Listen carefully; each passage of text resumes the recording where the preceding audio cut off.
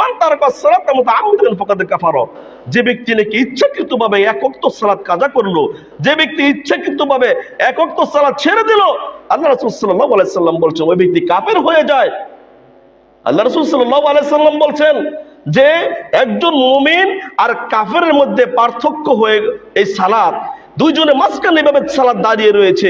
তুমি সালাত আদায় করলে মুমিন হয়ে গেলে, আর সালাতকে ছেড়ে দিলে তুমি কাফের রূপান্তরিত হয়ে গেলে। এখানে কি বলা হয়েছে যে হিন্দুরা মূর্তি পূজা যারা করে তারা কাফের, আর মুসলমানরা সালাত ছেড়ে দিলে ভিন্ন রকমের কাফের? শব্দ একই রকমের শব্দ।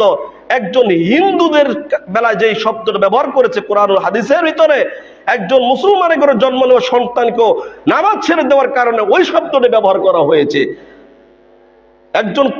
একজন মূর্তি পূজকের ব্যাপারে যে শব্দ ব্যবহার করা হয়েছে, একজন মুসলমানের ঘরে সন্তানের ব্যাপারও নামাজ ছেড়ে দেওয়ার জন্য এই শব্দ ব্যবহার করা হয়েছে। আপনি তারপরও যদি আমরা পরিবর্তন না হই তাহলে আর কিছু করার নাই। সর্বশেষ আল্লাহ সুবহানাহু ওয়া তাআলা বলবেন আপনাকে আমাকে।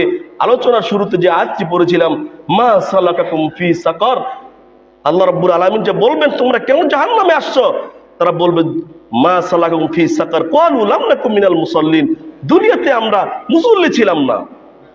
অতএব পত্র আয়াত থেকে আমরা স্পষ্টভাবে যেটা বুঝতে পারি সেটা হলো অন্তত 5 ওয়াক্ত সালাত যদি কোনো আল্লাহর বান্দা ঠিক মতো পড়তে পারে, আল্লাহকে রাজি খুশি করার জন্য যদি পড়তে পারে, আল্লাহকে উদ্দেশ্যে যদি কেউ 5 ওয়াক্ত সালাত আদায় করতে পারে, তাহলে তার জীবন পরিবর্তন হবে, ইহকালে ধনী হবে, পরকালেও সে আল্লাহ রাব্বুল আলামিনের কাছ থেকে জান্নাত লাভ অর্জন করবে ইনশাআল্লাহ।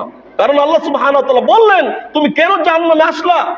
সে বলবে যে আল্লাহ দুনিয়াতে নামাজও ছিলাম না, নামাজ না পড়ার কারণে যদি জাহান্নামে আসতে হয়, আর এই কথাটা যদি আল্লাহ রাব্বুল আলামিন কাল কিয়ামতে জিজ্ঞাসা করে, তাহলে বুঝতে হবে সবচেয়ে বড় পাপ হলো আমাদের মধ্যে 5 ওয়াক্ত সালাত। অন্য মানুষের নিকট তো যাবে না, জাহান্নামে অনেক মানুষ হবে কিন্তু কারোর সাথে কথা বলবে না। কিন্তু যারা দুনিয়াতে বেনামাজ হয়ে মৃত্যুবরণ করবে তাদের সাথে আল্লাহ রাব্বুল আলামিন কথা বলবেন যে তুমি কেন আজকে জাহান্নামে আসছো। আমি আর আপনি ওইদিন বলবো যে আল্লাহ দুনিয়াতে নামাজে ছিলাম না, মুসল্লি ছিলাম না।